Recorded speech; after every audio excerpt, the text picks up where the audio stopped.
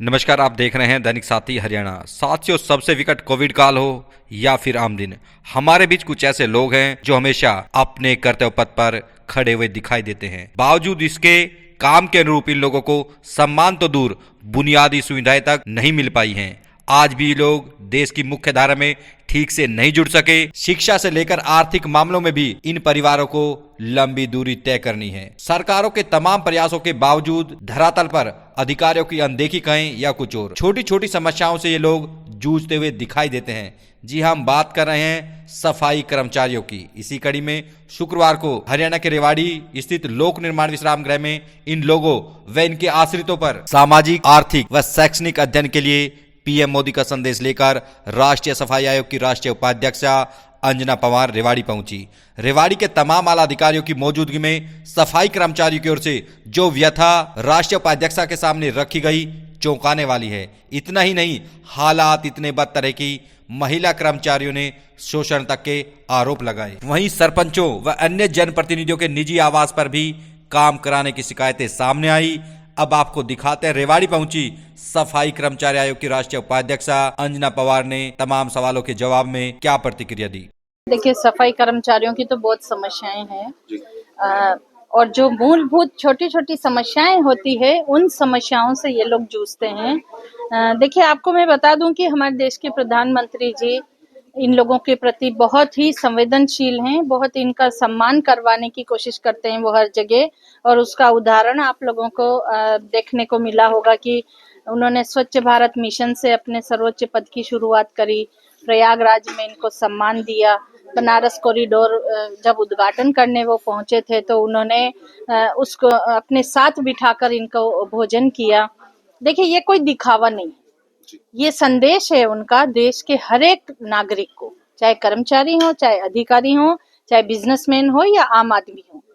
वो ये कहना चाहते हैं कि अंतिम पंक्ति में बैठे ये जो कर्मचारी वर्ग हैं, इनको मुख्य धारा से जोड़िए, इनको सम्मान के साथ इनकी समस्याओं को हल करिए।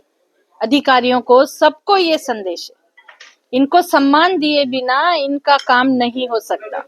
कोविड जैसी वैश्विक महामारी में जब इन्होंने हार नहीं मानी और सबको सुरक्षित और स्वच्छ और वो रखने के लिए ये लोग बाहर निकले हुए थे। इवन जब परिवार जन ने साथ छोड़ दिया तो अंतिम संस्कार करने तक का काम इन कर्मचारी वर्ग ने किया। तो ऐसे लोगों के लिए हम लोगों को अच्छे से इनकी समस्याओं को सुनना चाहिए। बहुत छोटी समस्याएं, सैलरी की समस्या होती है, कहीं इनको यूनिफॉर्म नहीं मिलती है, कहीं इनको आई कार्ड नहीं मिलता, हेल्थ चेकअप नहीं होता है। ये सब चीजों के लिए अभी सारा निर्देश यहाँ पर दिया गया है। और मेरा ऐसा मानना है कि अब जो यहाँ बोला है उस पे एक्शन टेकन, रिपोर्ट भी मैं लेती हूँ और वो बहुत जल्दी इनके लिए कुछ अच्छा हो जाएगा। कई बार कोई ग्रीवेंसेस होते हैं तो उसके लिए भी इन कर्मचारियों को सुने, उनके साथ मीटिंग करें, ऐसा भी निर्देश यहाँ पर दिया गया है। आई कार्ड अच्छा बने, उसमें ब्लड ग्रुप, इनका पीएफ नंबर और इनका ईएसआईसी नंबर उसमें मेंशन होके बनाएं ताकि इनको फर्स्ट एड हम दिलवा सकें। तो देखिए, लेबर कमिश्नर जो लेबर डिपार्टमेंट से यहाँ अधिकारी थे, उनको भी मैंने कहा है कि जितने भी लोग हैं उनको एक बार वो जाके बात करें या उनसे जो भी किसी अधिकारी को बोलना है तो बोलें और रूटीन में इनका एक वीकली ऑफ तो देना चाहिए, ऐसा यहाँ पर अभी निर्देशित किया गया। बिल्कुल दिए हैं।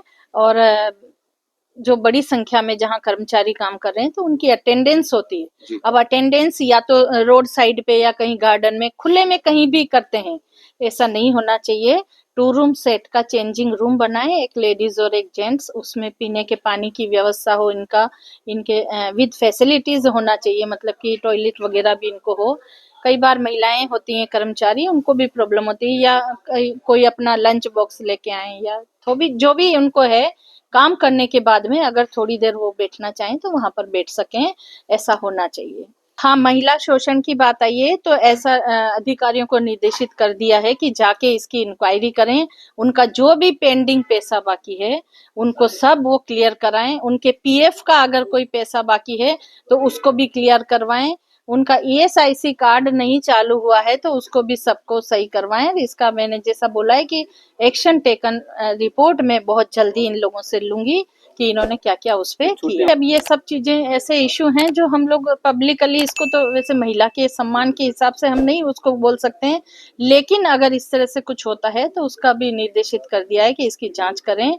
ऐसे लोगों से इन कर्मचारियों का बचाव करना बहुत जरूरी है। सरपंच का बात हो रही थी कि सरपंच इनको निजी काम के लिए बुलाते हैं, तो ऐसा नहीं होना चाहिए। गांव की सफाई के लिए कर्मचारी रखा गया है तो वो उसके लिए गांव की सफाई करवाएं और सरपंचों का शोषण उस पर कर्मचारी पे नहीं होने दें, क्योंकि अधिकारियों को सरकार ने रखा है ना, कर्मचारी के ऊपर अधिकारी बनाए हैं तो वही उनकी मॉनिटरिंग करे। सफाई मेरे पास नहीं तो नहीं करना चाहिए। वो अगर कर्मचारी किसी और से कुछ काम करवा रहे हैं तो उसका मेहनताना उसको देना चाहिए। सफाई कर्मचारी अपनी ड्यूटी करेंगे।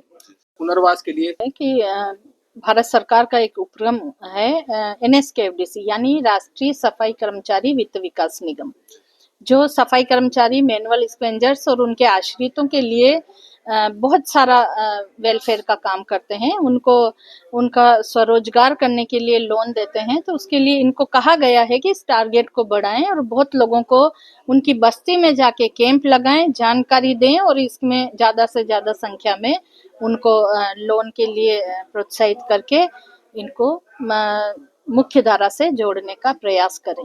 देखिए, आयोग तो सब जगह यही कहता है कि इन चीजों से बाहर निकलें। जैसा आपको ध्यान होगा कि मैंने कम्युनिटी सेंटर बनाने के लिए जो बैंक से LDM यहाँ पर आए थे, बहुत CSR फंड होता है जो कहीं भी वेलफेयर के लिए लगाया जाता है, तो क्यों ना एक पहल इन लोगों की तरफ की जाए, इनकी बस्तियों में की जाए, इनके वेलफेयर के लिए किया जाए, इनके बच्चों को पढ़ने की सुविधाएं मिले, एक लाइब्रेरी बना के दें, कम्युनिटी सेंटर बना के दें। बच्चों का ध्यान इधर उधर किसी अन्य उन चीजों में लगे, उससे बढ़िया वो पढ़ने में अपना ध्यान लगे, उनको माहौल मिले, ऐसा बेस उनका तैयार हो और इन चीजों कुरीतियों को छोड़ें, शिक्षा की तरफ जाएंगे तभी इनका पुनर्वास होगा। ने ये भी कहा है कि एरिया और पॉपुलेशन दोनों बढ़ते हैं तो कर्मचारियों की आवश्यकता होती है, ऐसा डिमांड ऊपर भेजना चाहिए, कर्मचारियों की संख्या बढ़े और ज्यादा कर्मचारियों की भर्ती या जो भी है वो हो। क्या विभाग से ये बिल्कुल करेंगे। वेतन बढ़ोतरी का जो है वो वेजेस के हिसाब से भी देते हैं। वेतन बढ़ोतरी का जो है वो पॉलिसी मैटर है, उसमें आयोग अपना कुछ नहीं कर सकता है। लिखित में अगर कोई हमको देते हैं, किसी यूनियन की तरफ से प्रस्ताव आता है या कुछ आती है डिमांड, तो आयोग अपनी तरफ से सरकार को सिफारिश कर सकता है।